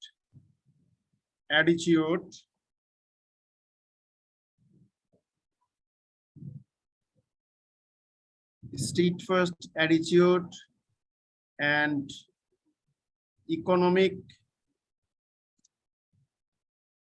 expenditure can pave the way to rescue the nation from the impending disaster. So estimated is our unwavering support to curb electricity use and contribute to our contribute to something কিছু একটা লিখে দেন, বলেন কেমন লিখছে, এবারে চলবে কিনা? দৌড়বে দাদা, চলবে না, চলবে না? তো এখন আপনাকে অনেকেই সাজেস্ট করবে যে ভাই আমি অনেক নরমাল লেখা লিখেও টিকছি, এটা সেটা হাবিয়ে যাবে, অনেক কিছু বলবে, সেটা আমি না করতেছি না, ঠিক আছে? ইভেন আমি যদি এক্সাম হলেও লিখি, এত তো লেখা আমার পক্ষেও পসিবল না, আমাকে আরো শর্ট করে লিখতে হয়। তাই না? কিন্তু কথাটা হচ্ছে যে আমি যখন শিখবো তখন I will learn and I will give my best, so that ওইখান থেকে আমি একটা বিশাল বড় আউটপুট নিয়ে বের হতে পারি। বাট এটা না করে আমি যদি যেটা পারি ওটা নিয়েই বসে থাকি, তাহলে আসলে আলটিমেটলি আমার গ্রোথ হইলো কোথায়? So we will be stagnant. মনে রাখবেন, যেই নদী শান্ত তাতে কি হয়? তাতে হচ্ছে আপনার শ্যাওলা জমে যাবে আর ময়লা হয়ে যাবে, নোংরা হয়ে যাবে, ঠিক আছে? আর যেই নদীটা হচ্ছে আপনার স্রোত আছে, the current or the wave will automatically wash away the কি বলে আপনার এই যে ময়লা আবর্জনা যা ডার্ট গুলো নিয়ে চলে যাবে, ঠিক আছে? সো নিজের জায়গাটাকে আরো বেশি স্ট্রং করার জন্য, আরো বেশি সাবস্টেন্সিয়েটেড করার জন্য you should definitely read and learn the application of advanced uses of word and information and structural pattern of sentences. এখানে যে খুব বেশি কঠিন কিছু লিখছি তা কিন্তু না, সহজ জিনিসপত্র লিখছি। আরো যদি পড়েন আরো অনেক কঠিন কঠিন জিনিস আনা যাবে, ঠিক আছে? সো এক্সপেন্ডিচার, হ্যাঁ ওইটা লাস্টের লাইনটাতে ইকোনমিক এক্সপেন্ডিচার যেটা লিখলেন, হ্যাঁ, মানে ওইটা দাদা কি বোঝাইলো বিষয়টা ওই লাইনটা? এটা বুঝাচ্ছে এখানে ইকোনমিক মানে মিতব্যয়ী, ঠিক আছে? মিতব্যয়ী, আচ্ছা আচ্ছা ঠিক আছে। বা you can say frugal expenditure, frugal মিতব্যয়ী খরচ, ঠিক আছে? ওকে, এবার কারো কোনো কোশ্চেন থাকলে করতে পারেন, I shall try to give answer. দাদা আমাকে কি শুনতে পাচ্ছেন? হুম। আচ্ছা দাদা, আমার দুইটা কোশ্চেন ছিল। ফার্স্ট কোশ্চেনটা হচ্ছে, আমরা পত্রিকায় হর হামেশাই দেখেছি এ ফ্যাক্ট দ্যাট এই কথাটা উল্লেখ করা, তো হ্যাঁ। এইটা হচ্ছে কোথায় ইউজ করবে, এটা যদি একটু কাইন্ডলি বলতেন। আর দ্বিতীয় কোশ্চেনটা ছিল হচ্ছে কনসার্ন অথরিটিস এবং অথরিটিস কনসার্ন এটার মধ্যে বেসিক্যালি পার্থক্যটা কি? কনসার্নড অথরিটিস এটা বোঝায় হচ্ছে সংশ্লিষ্ট কর্তৃপক্ষ, আর সরি এটা বোঝায় হচ্ছে উদ্বিগ্ন কর্তৃপক্ষ। আর অথরিটিস কনসার্ন এটা বোঝায় সংশ্লিষ্ট কর্তৃপক্ষ, ঠিক আছে? আর এ ফ্যাক্টটা কিরকম এটা মনে করেন আমি বললাম যে বাংলাদেশ উইটনেসেস, ঠিক আছে, এক্সট্রিম ডেফিসিট ইন বাজেট, যে বাংলাদেশ কিসের মুখোমুখি? বাংলাদেশ হচ্ছে আপনার বাংলাদেশ উইটনেস করতেছে কি একটা ব্যাপক বাজেট ডেফিসিট, ঠিক আছে? বা আমি একটু আরো ছোট্ট করে লিখি বোঝার জন্য, এক্সট্রিম বাজেট ডেফিসিট। এখন এই যে জিনিসটা যে উইটনেস করতেছে, এই উইটনেস করাটা থেকেই আপনি করতে পারেন কি পুরো ব্যাপারটাকে বোঝাতে পারেন কমা দিয়ে এফেক্ট, এমন একটা বিষয় যা কি করতেছে, এই যে মনে করেন এখন এটাকে আপনি মডিফাই করলেন দ্যাট দিয়ে, যে দ্যাট হিন্ডার্স কি, দ্যাট হিন্ডার্স মনে করেন লিখলাম যে উইমেন এম্পাওয়ারমেন্ট। বুঝতে পারলাম তাহলে ব্যাপারটা কি হয়ে আসছে জিনিসগুলো আসলে? হ্যাঁ জি দাদা, ধন্যবাদ, বুঝতে পারছি। এখানে একটা এস দাদা হবে। নমস্কার। বলেন। নমস্কার দাদা, আমার একটা প্রশ্ন ছিল যে, যদিও আজকে আপনি এনার্জি ক্রাইসিস নিয়ে লিখেছেন, তো আমার একটা প্রশ্ন ছিল যে যদি ডলার ক্রাইসিস নিয়ে আসে, তাহলে আমরা বিভিন্ন সময় দেখেছি যে বাংলাদেশ ব্যাংকের বিভিন্ন সার্ফেসিং যে ফেসে মানে রেটিং নিয়ে অনেক কথা বলছে, যে বিভিন্ন বিষয়ে যে বাংলাদেশ ব্যাংকের অনেকগুলো ভুল ছিল। তো আমরা কারণ হিসেবে কি ওইগুলো উল্লেখ করতে দিতে পারবো, নাকি এটা একটা নির্ভরযোগ্য হলে অবশ্যই করবেন, কোনো সমস্যা নাই, কোনো না নাই। মানে এক্ষেত্রে তো লিখতে মানে লেখার উপর কোনো ব্যাড ইমপ্যাক্ট ফেলবে না, যে বাংলাদেশ ব্যাংকের বিরুদ্ধে লিখতেছে বা এরকম। বাংলাদেশ ব্যাংকের বিরুদ্ধে কি লিখবেন বলেন না আমাকে।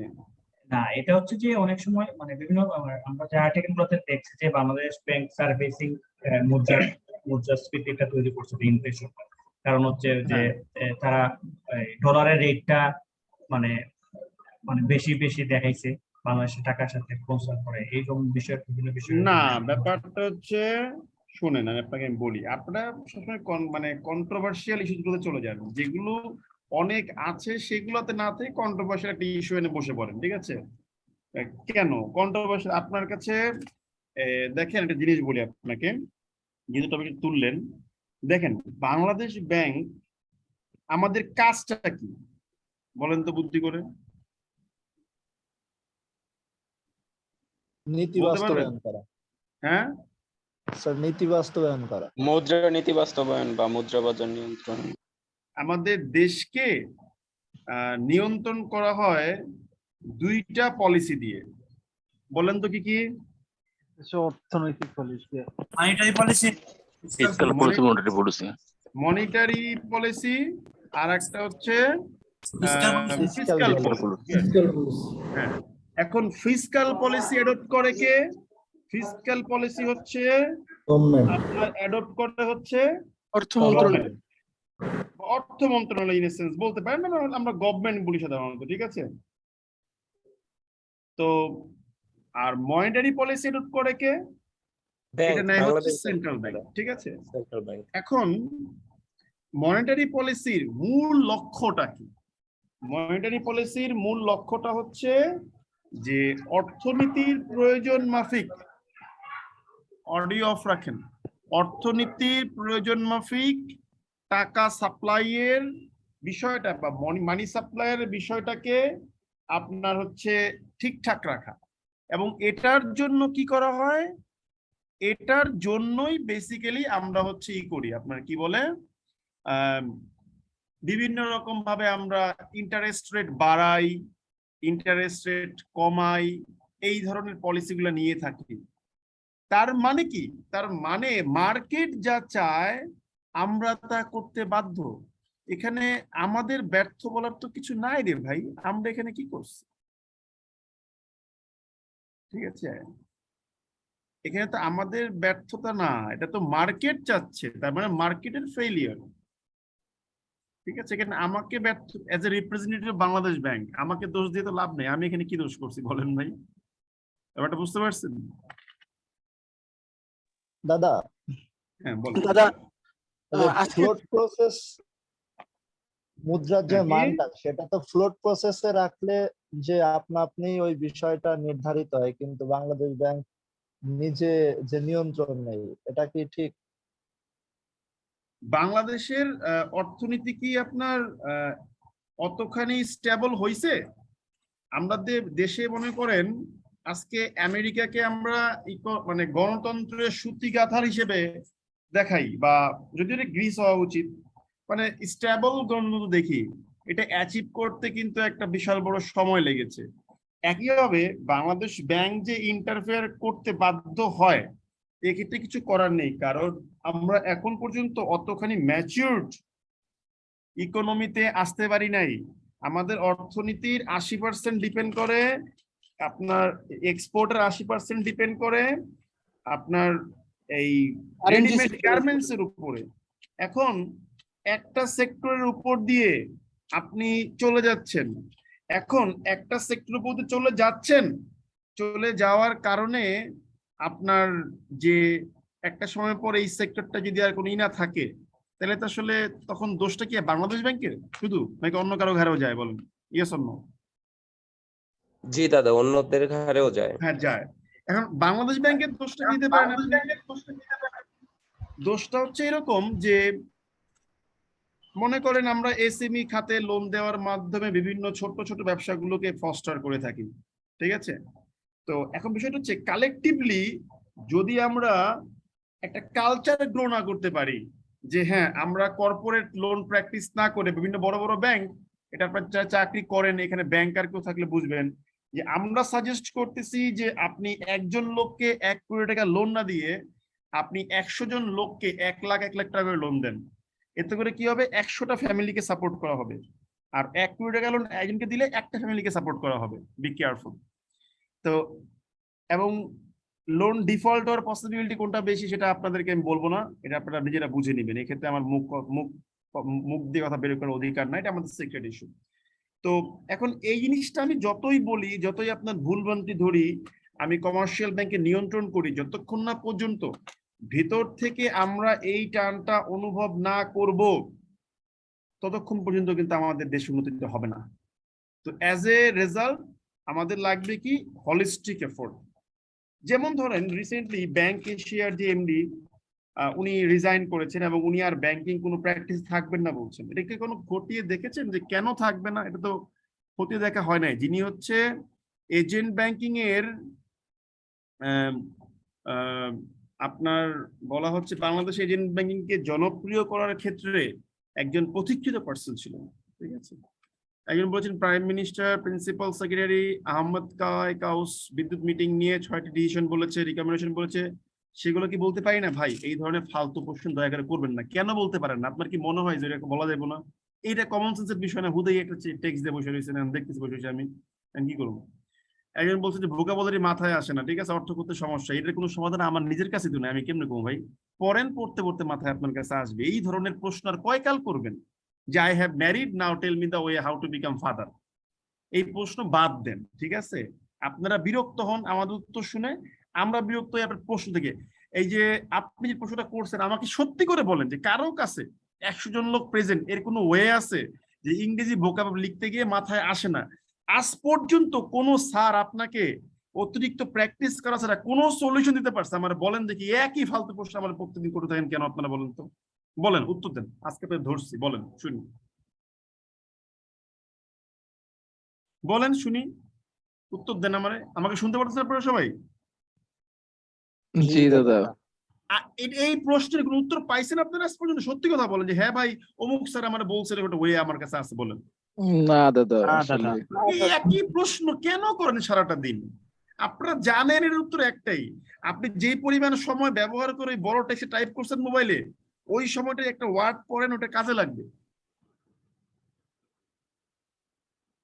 ঠিক আছে? এটা মাথায় রাখেন।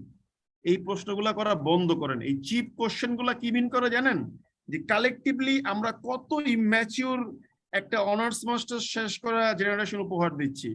আপনি ভাই যাই হয়ে যান, আপনি বাংলাদেশ ব্যাংকে চাকরিজীবী হয়ে যান, বিসিএস ক্যাডার হয়ে যান, আইবিএতেই পড়েন না যাই কিছু করেন, বইটাই পড়েন, যদি আপনি কালেকটিভ সেন্সে আমাদের যদি ম্যাচুরিটি না আসে, এতে করে আলটিমেটলি আমাদের দেশ চলে গেল, যখন বাইরে কম্প্যারিজনে যাব তখন কিন্তু আমরা হেরে যাব। এই জিনিসগুলো মাথায় রেখেন দয়া করে, ঠিক আছে? এই ধরনের প্রশ্নগুলো করা বন্ধ করেন। একটা ম্যাচুইড প্রশ্ন করেন, যে মনে প্রশ্ন করছে আমি ডিসকাশন করছি, আপনার প্রশ্ন কি আমি কেন ভোকাবুলারি মাথায় আনবো? আপনার মাথায় যেটা না আসে তাহলে আর আনা পসিবল না আমার পক্ষে আসলে ভাই, I am sorry to say. তো বিষয়টা হচ্ছে যে যেটা সবচেয়ে বেশি দরকারি যে প্র্যাকটিসটা, যে একজন লোককে অনেক বড় লোন না দিয়ে আপনি সবার মধ্যে লোনটা বিতরণ করেন, তাহলে ভালো হবে। এতে করে ইকোনমিতে ফাইন্যান্সিয়াল ইনক্লুশনটা বাড়বে। এখন আমি যতই উপরে বসে বলি না কেন, শর্ত আরোপ করি না কেন, পানিশমেন্ট টাইপের মেজারমেন্ট নেই না কেন, ব্যাংক এসে ব্যাপারে কিছু বলতেছেন? কি ব্যাংক এসে ব্যাপারে কিছু বলতেছিলেন আপনি? হ্যাঁ, ব্যাংক এশিয়া হচ্ছে বাংলাদেশে এজেন্ট ব্যাংকিং এ মানে পথিকৃত। ব্যাংক এশিয়া হচ্ছে মানে এজেন্ট ব্যাংকিং এ সবচেয়ে ভালো পারফরমেন্স করে, এবং আমি এগুলো নিয়ে কাজ করি, আমি জানি বিষয়গুলো ভালো হবে। ব্যাংক এশিয়ার এমডি রিসেন্টলি রিজাইন করছে এবং উনি বলছেন যে উনি কোনো ব্যাংকের কাজ করবেন না, মানে ডিরেক্ট রিজাইন। তো এটা কেন হচ্ছে এগুলো জানতে হবে আপনাদের, কিন্তু পড়াশোনা করে জানার চেষ্টা করেন। এবং কখনোই যেমন আপনারা কিছু হলেই না একটা দোষ দিয়ে দেন যে বাংলাদেশ ব্যাংকের রিজার্ভ চুরি হয়ে গেল, বাংলাদেশ ব্যাংক ব্যর্থ, আপনারা বলে ফেলেন। কেন রে ভাই? বাংলাদেশ সরকার যে আপনার বাংলাদেশ যে আপনার হইতেছে এই মেধার দিক থেকে সবচেয়ে তলানিতে পড়ে রয়েছে, এটা কি আমরা ব্যর্থ না? তাইলে বাংলাদেশ যে আজকে স্বাধীনতা 50 বছর হয়ে গেছে, আপনি একটা স্টেবল একটা এডুকেশন সিস্টেম এখন পর্যন্ত হ্যান্ডেল করতে পারতেছেন না পুরো বাংলাদেশে, এটা কি ব্যর্থতা? তাহলে তো এত ব্যর্থতা থাকা সত্ত্বেও আপনি আসেন খালি কি রিজার্ভের টাকা চুরি হয়েছে এই ব্যর্থতা নিয়ে, ঠিক আছে? শুধুমাত্র করোনাকালীন সময়ে এই যে একের পর এক সার্কুলার করে আপনার এসএমই খাতটাকে এগিয়ে নিয়ে যাওয়ার জন্য বাংলাদেশ ব্যাংক কাজ করছে, এটা আপনার চোখে পড়ে না ভাই? একটু গ্রামে যান, গ্রামে গেলে বুঝবেন চোখে পড়ে কি পড়ে না, ঠিক আছে? তো শহরের ওই এসি করা রুমে বসে অনেক বড় বড় বকবক করাই যায়। তো সেদিন আমি একটা কথা বলছিলাম যে একজন ডক্টরকে মেনশন করে যে আপনি তো কিছু হলেই বাংলাদেশ ব্যাংকের ফল্ট খুঁজে পান, তাহলে এই ফল্টটা একটু দেখে বলেন তো, এই ফল্টটা একটু বলা যায় কিনা। উনি কিন্তু আর পোস্ট করেন নাই হয়তোবা, ঠিক আছে? তারপর সেদিন একজন লোক একটা পোস্ট করছে এরকম যে সরকারি কাজে দেখেন, আমি কিন্তু ভাই ফেসবুকে কোনো পোস্ট দিয়ে গভর্নমেন্টের সাথে কোনো তেল দেওয়ার চেষ্টা করি না, আমার অভ্যাস নাই, কিন্তু গভর্নমেন্ট যে কাজ করে কিনা, এই রেগুলেটরি অথরিটি গুলো কাজ করে কিনা, এটা সম্পর্কে আমার একটা ভালো আইডিয়া হয়েছে, ঠিক আছে। তো উনি পোস্ট করছে এরকম যে সরকারি সার্কুলার পত্রগুলোতে 1 নম্বর প্যারাগ্রাফে দেওয়া হয় না, সবসময় 2 নম্বর থেকে শুরু করা হয়, এটা কেন? তো উনি বলছে, এটা লিখে আবার বলছে যে এটা কি তারা কি বোঝানো হয় যে এখানে যারা আছেন তারা সবাই এই 2 নম্বর টাইপেরই। তখন আমি তাকে নিজ দিয়ে কমেন্ট করছি যে স্যার আপনি তো উকিল, তা আপনারা যে কালো পোশাক পরে ঘুরেন এটা আসলে কেন? এটা তারা কি বোঝান আপনারা যে আপনারা সবাই এখানে কালো মানুষ, কালো মনের মানুষ, কোনটা বলবো আমরা এখন বলেন? তো আমরা যদি নিজেরা খোঁজাখুঁজি করি, খোঁজাখুঁজি করা যাবে বহুত।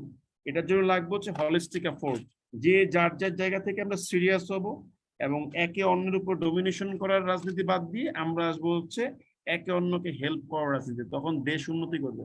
এই যে আপনারা ফেসবুকে পোস্ট করে ফাড়ায় ফেলতেছেন, ঠিক আছে, যে আমার ইলেকট্রিসিটি কই, আমার ইলেকট্রিসিটি কই। ভাই আপনি যে বিগত 5 বছর বা 8 বছর সময়ে কোনোদিন ইলেকট্রিসিটির খুব বেশি সিভিয়ার ক্রাইসিস দেখেন নাই, সেদিন তো আপনি গভর্নমেন্টকে থ্যাংক ইউ দিয়ে কোনো পোস্ট করেন নাই ফেসবুকে। জি দাদা, এটা কারো মনে থাকে না। আমি কিন্তু আওয়ামী লীগের কেউ না, আমি আজ পর্যন্ত কোনোদিন ভোট দেই নাই, এবং ভগবান আমাকে যতদিন বাঁচায় রাখবে আমার ভোট দেওয়ার ইচ্ছাও নাই। রেকর্ডেড ক্লাস এখানে বলে দিলাম, ঠিক আছে ভাই, আমি ভোট দিব না ভাই, কারণ আমি রাজনীতি করি না। কিন্তু যেটা খারাপ সেটা যদি আপনি চোখে আঙ্গুল দিয়ে দেখাই দেন, তাহলে যেটা ভালো সেটা কেন চোখে আঙ্গুল দিয়ে দেখা দেন না? আপনি যদি বাংলাদেশ ব্যাংকের রিজার্ভ চুরি যাওয়া নিয়ে বাংলাদেশ ব্যাংকের দক্ষতা নিয়ে প্রশ্ন তোলেন, তাহলে আতিউর রহমান আমাদের গভর্নর মহোদয় সাহেব, মানে এক্স গভর্নর সাহেব যখন বলেছিলেন যে পদ্মা সেতু আমাদের টাকা দিয়ে হবে, সেটা কেন আপনি টেনে আনেন না? প্রশ্ন উত্তর দেন আমাকে, উত্তর আছে আপনাদের কাছে, উত্তর কিন্তু নাই। তো এগুলা নিয়ে আমি কোনো ফেসবুকে লিখি না, তো আজকে এই ইস্যুটা নিয়ে লিখতে গিয়ে কথাগুলো আসলো আর কি বেসিক্যালি। তো বস মাথায় রাখবেন, আপনি না ওই জায়গাটায় বসে অনেক অনেক অনেক মানে দুর্নীতি নিয়ে অনেক অ্যানালাইসিস করে ফেলতে পারেন। একই ফেসবুকের আইডিতে আমি দেখি যে নেপালে আপনার যখন বিমান দুর্ঘটনা ঘটে উনি তখন কি বলে আপনার বিমান এক্সপার্ট হয়ে যায়, এরপর যখন অর্থনীতিতে কোনো বাজে নিউজ আসে উনি তখন অর্থনীতি এক্সপার্ট হয়ে যায়, এরপর যখন আপনার পাওয়ার ক্রাইসিস হয় উনি তখন ইলেকট্রিসিটি এক্সপার্ট হয়ে যায়। ভাই ফেসবুকে বসে এক্সপার্ট হওয়াটা খুবই সহজ, ইন রিয়েলিটি কাজ করেন তাহলে বুঝবেন in every steps you will find obstacles and how to eliminate them, এই কাজটা কতটা কঠিন বুঝবেন না ভাই, এটা ফেস করলে বুঝবেন। আমি এখন কাজ করতে গিয়ে বুঝি যে কি পরিমাণ প্যারা খাইতে হয়, ঠিক আছে। সো কিছু হইলেই গভর্নমেন্টের কে তেল দেওয়া, আবার কিছু হইলেই গভর্নমেন্টের 14 গোষ্ঠী উদ্ধার করে ফেলা, এই অভ্যাসটা বাদ দিয়ে দেন। এই অভ্যাসটা বাদ দিয়ে কিছু বার্ডেন নিজের ঘাড়ে নেওয়াটাও শিখেন। তারপরে যে একটা গোষ্ঠী আছে আপনার কিছু হইলেই হইলো বাইরে চলে যাবে, বাইরে চলে যাওয়ার পর হচ্ছে আপনার দেশের গোষ্ঠী উদ্ধার করবে, দেশ তারে এই দেয় নাই, দেশ তারে সেই দেয় নাই। ভাই দেশ তোরে কিছু দেয় নাই এই নিয়ে I have nothing to say. তুই দেশে কি দিলি সেটার উত্তর আমাকে একবার দে। উত্তর কি আছে আপনার কাছে? জি দাদা, এটাই কথা। আমি কি দিলাম দাদা? বাংলাদেশে গভর্নমেন্ট চাকরি করতেছে ভালো ভালো জায়গাতে, এরা সবাই আমার মতে বিদেশে পড়তে যাওয়ার যোগ্যতা রাখে in terms of the merit, ঠিক আছে ভাই। তো বিদেশে গিয়ে আপনি দেশকে উদ্ধার করতেছেন, উদ্ধার করেন না ভাই, এই দেশে বসে অনেক লোক কাজ করে যাচ্ছে, ঠিক আছে। আমি এগুলো নিয়ে এখনো লিখি না, বাট প্রসঙ্গটা না আজকে বকবক করতেছি। সো এখানেও প্রচুর ম্যারিটোরিয়াস লোক পরিশ্রম করে যাচ্ছে, ঠিক আছে। আপনি যখন দেশকে উদ্ধার করে ফেলতেছেন দেশে কিছু হবে না। আপনি কি ডক্টর জামান নজরুল ইসলামের চাইতে বিশেষজ্ঞ ছিলেন? তো ওই লোক যে ফিরে আসলেন উনি কেন আসলেন? উনি কি আপনার চেয়ে গাধা ছিলেন নাকি? তাহলে উনি কেন ফিরে আসলেন? ব্যাখ্যা দিয়ে বুঝান আমাকে। আপনি তো বাংলাদেশের অনেক বুদ্ধিজীবী, অনেক সায়েন্টিস্টকে পলিটিক্সাইজেশন করার মাধ্যমে রাজনীতিতে পোলারাইজড করে দিতে পারবেন, কিন্তু ডক্টর জামান নজরুল ইসলামের বিরুদ্ধে আপনি কোন রকম কোন পলিটিক্যাল এলিগেশন আনতে পারবেন না, কারণ উনি সবসময় পলিটিক্স ফ্রি ছিলেন। তো উনি যে দেশে ফিরে আসলেন, উনি কেন ফিরে আসলেন তাহলে দেশে? একটা দায়বদ্ধতা থেকে উনি কাম ব্যাক করেছিলেন।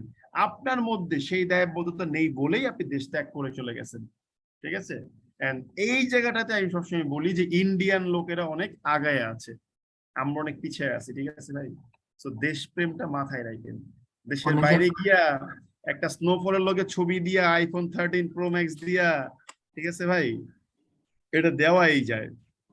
দাদা অনেকে মনে করে যে ওদিকে secure life, Bangladesh secure life না, এই জন্য। ওকে ভাই, আপনি সিকিউর লাইফ চান, আপনি চলে গেছেন, কোনো সমস্যা নেই। আমরা ভাই সিকিউর লাইফ চাই না, আমরা বাংলাদেশে বসেই এই দেশটাকে নিয়ে ফাইট করবো, আমি এটা চাই। অতএব দয়া করে আমাদের পুচ্ছ দেশে বাস দিবেন না। আপনি ঠান্ডা দেশে আছেন, সিকিউর লাইফে থাকেন না ভাই, আমরা কষ্ট করে মরি, মরতে দেন আমাদের। কোনো সমস্যা আছে আপনার? ঠিক আছে, সো এই গ্রাউন্ড গুলা ধরা শিখতে হবে। কিছু হইলে দেশের বাইরে গিয়ে দেশের গোষ্ঠী উদ্ধার করে ফেলেন, ঠিক আছে, এই অভ্যাস বাদ দেন। হ্যাঁ, আমাদের ব্যর্থতা আছে, এটা আমি একমত, এই বিষয়টা আমি আপনার দ্বিমত পোষণ করতেছি না, ঠিক আছে। এখন যেহেতু দাদা আপনি দেশের দাদা হ্যাঁ, বলেন। আমার আমার একটা প্রশ্ন আছে। আপনি যে এই যে মানে রিয়েলিটি যে এক্সপ্লেইন করতেছেন, এটা কি আরো 2 বছর আগে আপনার মধ্যে ছিল ঠিক এই ধরনের সেন্স? এই ধরনের সেন্স আমার আছে হচ্ছে আমি যখন ভার্সিটি 3rd ইয়ার বা 2nd ইয়ারে পড়ি তখন থেকে, যখন দেখতাম যে আমাদের বড় ভাইরা বুঝাইতো যে দেশে কিছু হইব না, দেশে কিছু হইব না, ঠিক আছে, আমি তখন থেকে বলি ভাই যে স্যার, আমি যদি আমার দেশ ত্যাগ করার প্ল্যান ছিল, আপনি জানেন এটা, আমার দেশ ছেড়ে দেওয়ার প্ল্যান ছিল, কিন্তু আমি যখন রিয়েলাইজ করলাম যে এই দেশ আমাকে কিছু দেয় নাই, এই দোষ যদি আমি দেশের ঘাড়ে চাপাই তাহলে এই প্রথম দোষ যাবে আমার বাপ মার ঘাড়ে, যে আপনি কেন আমাকে যে দেশে জন্ম দিচ্ছেন, দোষ আমার বাবা মার তাহলে ভাই। তখন আমি বলেছি যে না, আমার দেশ ছাড়া দরকার নাই। আমি আগে বলতাম আমি দেশ ছেড়ে দেবো, কিন্তু আমি দেশ ছাড়বো না। আমি দেশ ছাড়া প্ল্যান বাদ দিয়েছি। আমি যদি ধর্মকর্ম করি তাই আমি অন্য একটা প্ল্যান সেট করেছি যে আমি বৃন্দাবন চলে যাব, সেটা অন্য হিসাব, কিন্তু সুন্দর জীবন যাপনের জন্য আমি যাব না, কিন্তু আমি যাবো ওখানে কষ্ট করতে, ভিক্ষা করে খাবো হয়তো বা, ঠিক আছে। সো এগুলো আপনি ভাবতে হবে। আপনি যদি দেশকে দোষ দেন তাহলে আপনি বাবা মা খালি গালি দিচ্ছেন, যে এই দেশে জন্ম নেওয়াটাই আমার ভুল, তার মানে এই ভুলটা করছে কে প্রথমে? আপনার বাপ মাই করছে। দোষ আপনার বাপ মারা দিতেছেন পেলে প্রথমে। এখন আমি ভুল বলছি বলেন এবার কেমন হয়? সো আমার কথাবার্তাগুলো একটু খারাপ, কিন্তু এগুলো প্র্যাগমেটিক এবং চিন্তা করে দেখেন, ঠিক আছে। জি দাদা। সো কিছু হইলেই দাদা, খালি দেশ। হ্যাঁ বলেন। দাদা ওই যে ব্যাংক এশিয়ার যে এমডি আরফান আলী স্যার, উনি কেন স্যার রিজাইন দিল? না, এই বিষয় নিয়ে আমি কোনো কথা বলতে পারবো না, আমি সরি। এখানে আমি আজকে ওই যে গতকালকে আমি পড়েছি দাদা ওই ইয়েতে প্রথম আলোতে, তো ওনার আর্টিকেলটা পড়লাম। উনিও কিছু ওইভাবে বলে নাই, তবে কিছু কর্মকর্তারা ব্যাংক খাতের সংশ্লিষ্ট কর্মকর্তারা বলেছেন যে এটা যে উনার কাছ থেকে মানে কোনো একটা ক্লুর মাধ্যমে পাইছে যে উনাকে উদ্যোক্তারা যতটা কাজের স্বাধীনতা দিয়েছিলেন, পরবর্তী প্রজন্ম ততটা সুযোগ ওইটা দিচ্ছে না। প্রথম আলো রিপোর্টে আসছে, ওইটা আমি পড়ছি। আমি এগুলো নিয়ে কোনো মন্তব্য করব না, কারণ হচ্ছে গিয়ে কি পরে আপনি মন্তব্য কাট করে নিয়ে যে বলবেন যে বাংলাদেশ ব্যাংকের কর্মকর্তার মন্তব্য। অতএব এই কাজের মধ্যে আমি নাই ভাই, ঠিক আছে। ঠিক আছে, ওকে।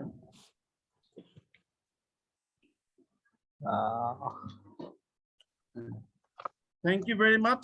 আল্লাহ হাফেজ। দাদা দাদা একটা প্রশ্ন ছিল দাদা, রাইটিং। হ্যাঁ, লাস্ট কোশ্চেন বলেন, শুনতেছি।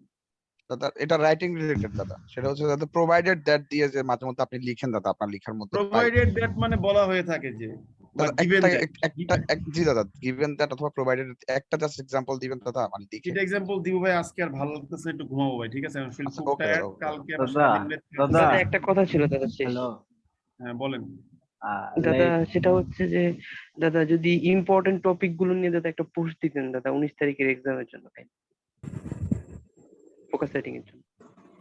ইম্পর্টেন্ট দেখে পোস্ট করে দেব ফেসবুকে, যান, সমস্যা নেই। থ্যাংক ইউ দাদা দাদা হ্যালো হ্যাঁ বলেন, শুনছি। দাদা বলতেছি আচ্ছা আচ্ছা বলেন আপনি। দাদা বলতেছি কোন জায়গার সোর্স যদি আমরা ইউজ করি, সোর্সটা কিভাবে ইউজ করব যদি একটু দেখাইতেন। রেফারেন্সিংটা বলতেছেন? সোর্সটা ইউজ করার জন্য তেমন কোনো প্যারা নাই, ঠিক আছে। কিভাবে ইউজ করব আর সমস্যা নেই, নেক্সট ক্লাসে একটু মনে করেন, আমি দেখবো, সমস্যা নেই, ঠিক আছে। এখন আর সময় পাবো না, তো নেক্সট ক্লাস শুরু আমি দেখবো, ঠিক আছে। দাদা আরেকটা জিনিস, যে পয়েন্টের নামগুলা কি আমরা ফোকাস রাইটিং এ উল্লেখ করব কি না? একটু নেক্সট ক্লাসে মনে করেন। হ্যাঁ, আজকের এগুলো নিব না। ঠিক আছে, থ্যাংক ইউ দাদা। হ্যাঁ দাদা, আমি যেটা বলতেছিলাম, কাল আপনার মানে জন্মদিন গেছে, আজকে আপনাকে উইশ করতে চাই আর কি, শুভ জন্মদিন। ওকে ভাইয়া, আমি এখন যাচ্ছি। আল্লাহ হাফেজ, নমস্কার, গুড নাইট। প্রণিপাত দাদা। প্রণিপাত, থ্যাংক ইউ।